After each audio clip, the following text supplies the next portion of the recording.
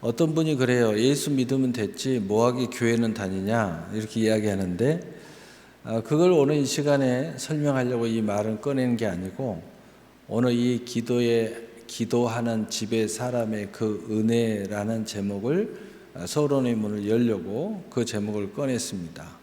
하나님은 바로 여러 가지 이유가 있지만 가장 중요한 것은 하나님의 교회를 이루고 또 성전으로 우리를 인도하는 그 중요한 한 가지 이유 중에 하나는 내 집이 만민이 기도하는 집으로서 이 기도하는 집의 사람으로, 그리고 그의 은혜에 참여하게 하시려고 교회에 나오게 하셨다는 거예요. 또 예수를 믿지 않지만 교회에 나와서 자기의 소유의 목적을 달성하다 보니까 우리가 예수 믿는 사람이 되고, 그리고 예수 믿는 사람으로서 또는 믿지 않는 사람으로서 하나님의 교회에 나와 기도를 하게 된다는 것입니다. 우리 인생이 참으로 활기차고 즐거운 삶을 살기 위해서는 내게 주어진 나다운 삶, 사람이라면 사람다워야 된다. 남자라면 남자다워야지. 남녀 차별을 해서가 아니고 나다운 인생을 살아가야 되는데, 그것을 하나님이 우리에게 찾아주고 그것을 축복하려고 하는데, 그 가장 첫 단추가 뭐냐? 교회에 나와서 기도해야 된다는 거예요. 기도를 할 때 비로소 제일 먼저 깨달은 게 뭐냐? 나를 깨달은 거예요. 나를 깨달아. 그 모습 속에서 내가 분연히 일어나야 되겠다. 내가 내 자신을 뭔가 이대로는 안 되겠다. 이런 모습, 그 속에서 하나님과 기도하는 과정 속에 하나님의 은혜가 우리 안에 들어오게 돼요. 그래서 이제 나다운 삶을 사는 결단, 이 기름 부음, 권능이 우리에게 일어나는 거예요. 그래서 오늘 기도의 제목은 바로 이거예요.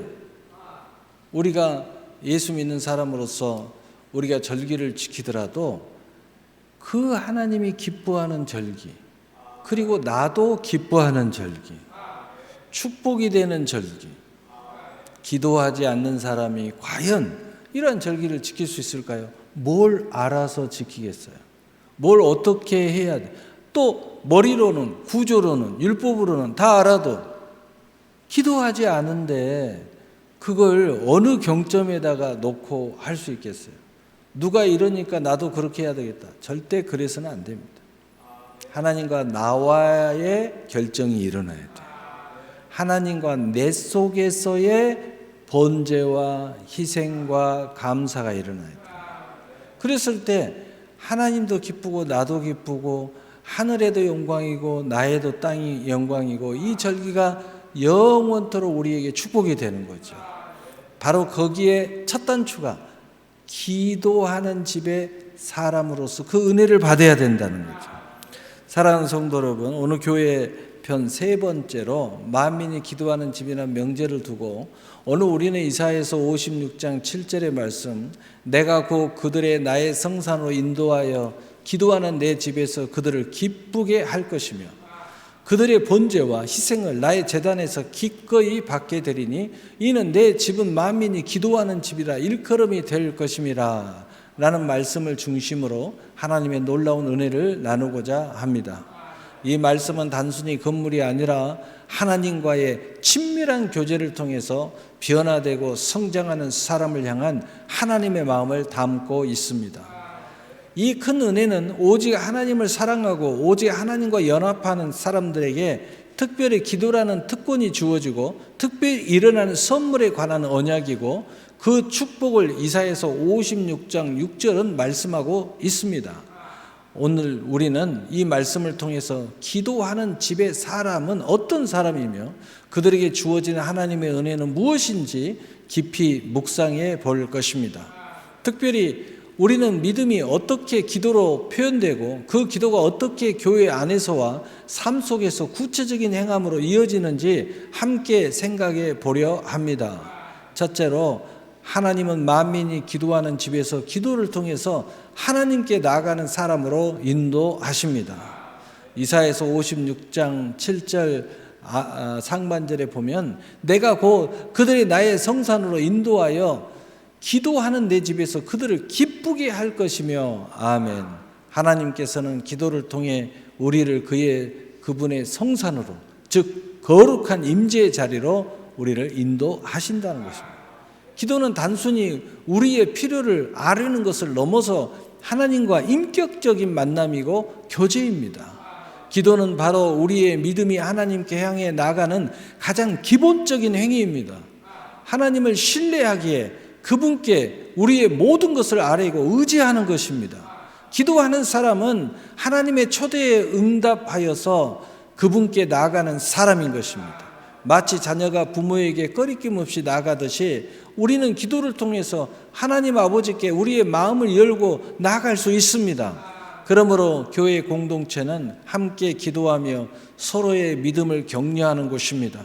우리는 개인의 기도 생활뿐만 아니라 교회 모임에서 함께 드리는 공적인 기도를 통해서 공동의 믿음을 고백하고 강화하게 됩니다. 예배 시간의 통성기도, 중보기도 모임 혹은 구역 예배시 드리는 합심 기도는 우리가 한 몸이 되어 하나님께 나가는 중요한 행함입니다. 이러한 기도를 통해서 우리는 교회의 머리 되신 그리스도와 더욱 깊이 연결되며 영적인 기쁨과 충만함을 경험합니다. 그래서 에레미야 33장 3절에 너는 내게 부르짖으라 내가 내게 응답하겠고 내가 알지 못하는 크고 비밀한 일을 내게 보이리라. 아멘. 미국의 유명한 부흥사였던 D.L. 무디 목사님은 늘 기도의 중요성을 강조했습니다. 한 번은 무디 목사님께서 설교를 마치고 성도들에게 여러분 오늘 밤자리에 들기 전에 하나님께 최소한 5분이라도 진심으로 기도해 보십시오라고 권면했습니다. 다음날 아침 한 여인이 무디 목사님을 찾아와 눈물을 흘리며 고백했습니다. 목사님 어젯밤 목사님의 말씀대로 하나님께 5분만 기도해 보려 했습니다. 그런데 5분이 10분이 되고 10분이 30분이 되고 결국 저는 밤새도록 하나님께 기도했습니다. 이제야 제가 얼마나 큰 죄인이며 하나님의 은혜가 얼마나 놀라운지 깨달았습니다. 이 여인은 기도를 통해 하나님을 깊이 만났고 그 만남이 그녀의 삶을 변화시켰습니다. 이처럼 기도하는 사람은 하나님께 나아가 그분의 임재를 경험하며 기쁨을 누리는 사람입니다. 두 번째로 하나님은 만민이 기도하는 집에서 희생과 헌신으로 예배하는 사람으로 인도하십니다. 이사야서 56장 7절 중반절에 오면 그들의 번제와 희생을 나의 제단에서 기꺼이 받게 되리니 아멘. 하나님께서는 기도하는 집의 사람들의 번제와 희생을 기꺼이 받으십니다. 우리가 기도할 때 그런 마음, 그러한 믿음, 그러한 소망, 그러한 감동, 그러한 헌신이 하나님과 일치돼서 하나님의 뜻을 이루고 하나님의 뜻 가운데서 하나님의 축복을 받게 된다는 것입니다. 여기서 희생과 번제는 구약시대의 제사를 의미하지만 신약시대 이후에 우리는 우리의 삶을 하나님께 드리는 영적인 예배를 의미합니다. 단순히 입술의 고백뿐만 아니라 우리의 시간, 우리의 물질, 우리의 재능, 그리고 우리의 의지를 하나님께 드리는 것입니다. 진정한 기도는 삶의 헌신으로 이어지는 것입니다. 우리의 믿음은 이러한 희생과 헌신이라는 행함으로 열매를 맺는 것입니다. 우리의 보이지 않는 믿음은 나타나지 않습니다. 그러나 우리의 행함과 삶과 고백과 번제와 헌신과 감사와 찬송에서 그 열매가 나타나는 것입니다. 그래서 우리가 하나님께 드리는 희생은 부담이 아니라 그분을 향한 하나님의 사랑과 감사의 표현이 되는 것입니다. 그의 은혜를 알고 경험하고 또한 경험하기를 원하는 성도가 믿음으로 행하는 헌신과 희생은 신앙 고백입니다. 이러한 믿음의 신앙 고백은 교회 공동체 안에서 우리의 믿음은 다양한 행함으로 나타납니다. 우리는 예배를 통해서 우리의 시간과 마음을 하나님께 드리고 또 찬양대, 주방봉사, 주일학교 교사, 안내위원 등등 교회 각 부서에서 섬김으로 우리의 재능과 노력으로 하나님께 헌신을 하는 것입니다. 또한 받은 은혜의 선물을 따라 10의 1조와 첫열매와 각종 헌물과 절기를 따라 하나님 앞에 감사, 헌금 등등을 통해서 우리가 받은 물질의 일부분을 하나님의 나라를 위해 기꺼이 드림으로써 아직까라의 신앙을 고백을 실현하는 것입니다.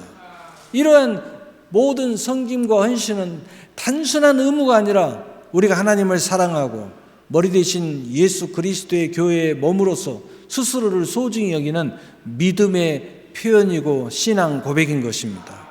우리의 믿음의 행함은 교회의 성장을 도우면서 동시에 스스로를 돕고 세우는 과정입니다. 그리고 또한 하나님의 영광을 드러내는 통로가 되어서 모든 영광을 나타내게 되는 것입니다. 그래서 요한복음 4장 23절 24절에 아버지께서 참되게 예비하는 자들은 영과 진리로 예비할 때가 오나니 곧 이때라. 아버지께서는 자기에게 이렇게 예비하는 자를 찾으시느니라. 하나님의 영이시니 예비하는 자가 영과 진리로 예비할지니라. 아멘. 한국의 유명한 기업인으로 알려진 이랜드 그룹의 박성수 회장님은 회사의 성공 비결을 묻는 질문에 늘 새벽 기도와 정직한 경영이라고 답했습니다. 그는 매일 새벽 가장 먼저 회사 기도실로 출근하여 직원들을 위한 기도, 회사의 비전을 위한 기도, 그리고 사회에 선한 영향력을 끼칠 수 있도록 기도했다고 합니다. 단순히 기도만 하는 것이 아니었습니다. 그는 자신의 재능과 회사의 이윤을 어려운 이웃을 돕는 데 적극적으로 사용했습니다. 임명으로 수십억 원을 기부하고 또 소외계층을 위한 직업훈련 프로그램을 운영하면서 직원들에게도 나눔과 봉사의 중요성을 강조했습니다. 그는 하나님께서 주신 모든 것이니 하나님의 뜻대로 사용해야 된다고 늘 그의 직원들을 모아놓고 말할 때마다, 강연을 할 때마다, 훈시를 할 때마다 말했으며, 단순히 사업을 성공시키는 것을 넘어 자신의 삶과 기업 전체를 하나님께 드리는 희생과 헌신으로 여겼습니다. 이처럼 기도하는 집의 사람은 기도의 삶과 더불어서 비로소 하나님과 임재 속에서 하나님의 뜻을 받아들이고 그분의 뜻을 통해서 삶의 희생과 헌신을 통해서 하나님께 영광을 돌리는 사람인 것입니다. 세 번째로, 하나님은 만민이 기도하는 집에서 만민을 품는 포용력 있는 사람으로 인도하십니다. 이사야서 56장 7절 하반절에 보면 이는 내 집은 만민이 기도하는 집이라 일컬음이 될 것임이라. 아멘. 하나님의 집이 만민이 기도하는 집이라 일컬음을 받을 것인 것처럼 기도하는 집의 사람은 모든 민족과 모든 사람을 포용하는 마음을 갖게 되는 것입니다. 민족과 인종과 사회적 지위와 배경과 상관없이 모든 사람과 함께 하나님께 나올 수 있음을 깨닫게 되는 것입니다. 그래서 그들을 환영하고 품는 넓은 마음을 가지게 되는 것입니다. 처음에는 나 혼자 기도하지만은 이제는 마음이 열리면 함께 기도할 줄 알게 되는 거예요. 어려운 사람을 함께 기도하고 기도를 도울 줄 알게 되는 거죠. 만민이 기도하는 집으로 함께 나와서 함께 기도하려고 애를 쓴다는 것입니다. 그래서 신령과 진정한 기도는 우리 자신만을 위한 기도가 아니라 모든 족속을 향하여 제자를 삼으라는 예수님의 명령을 따라 주변의 이웃과 세상을 위한 중보 기도로 확장됩니다. 우리의 믿음은 나 자신을 넘어 타인을 향하는 사랑의 행함으로 완성됩니다. 모든 족속으로 제자를 삼기 위해 향해 나가는 기도로 출발하여 그의 감동에 따라서 나가는 것이고, 시작하신 하나님의 개입과 역사하심을 경험하면서 그의 기묘함을 전하고 감사와 영광과 찬송을 돌리게 되는 것입니다. 그러므로 교회는 다양한 배경을 가진 사람들이 모이는 예수님의 지체입니다. 우리는 교회 안에서 서로의 다름을 인정하고 연약한 지체를 돌보며 어려움에 처한 이들을 함께 돕습니다. 새로운 교인들을 환영하고 공동체에서 잘 적응하도록 도와야 되는 것입니다. 아픈 지체를 위해서 중보기도 하고 신방하는 것, 재정적인 어려움을 겪는 이웃을 구제하는 것 등이 우리 믿음이 행함에서 나타나는 구체적인 모습이어야 합니다. 또한 우리는 주님의 명령에 따라 선교와 전도 활동을 통해서 교회의 문을 활짝 열어 만민이 하나님께 나아올 수 있도록 노력해야 되는 것입니다. 이러한 포용력 있는 생명의 행함은 교회를 더욱 그리스도의 사랑으로 넘치는 공동체로 만들고 세상에 복음의 빛을 비추는 통로가 됩니다. 그래서 사도행전 1장 8절에 오직 성령이 너희에게 임하시면 너희가 권능을 받고 예루살렘과 온 유대와 사마리아 땅끝까지 이르러 내 증인이 되리라 라고 하십니다. 아프리카의 선교사로 평생을 헌신했던 데이비드 리빙스턴은 나는 내가 무엇을 위해서 이 세상에 왔는지 안다. 나는 복음을 전하기 위해서 왔다. 그러나 내가 복음을 전할 수 있는 유일한 방법은 그들의 친구가 되는 것이다 라고 말했습니다. 그는 아프리카 원주민들의 문화를 이해하고 그들의 필요를 채워주며 그들을 그리스도께로 인도했습니다. 그는 단순히 복음을 외치는 데서 그치지 않고 그들의 삶에 깊이 들어가 함께 울고 웃으며 만민을 품는 사랑을 실천했습니다. 그의 삶은 모든 민족을 위한 기도하는 집처럼 차별 없이 모든 사람을 사랑으로 품는 본보기가 되었습니다.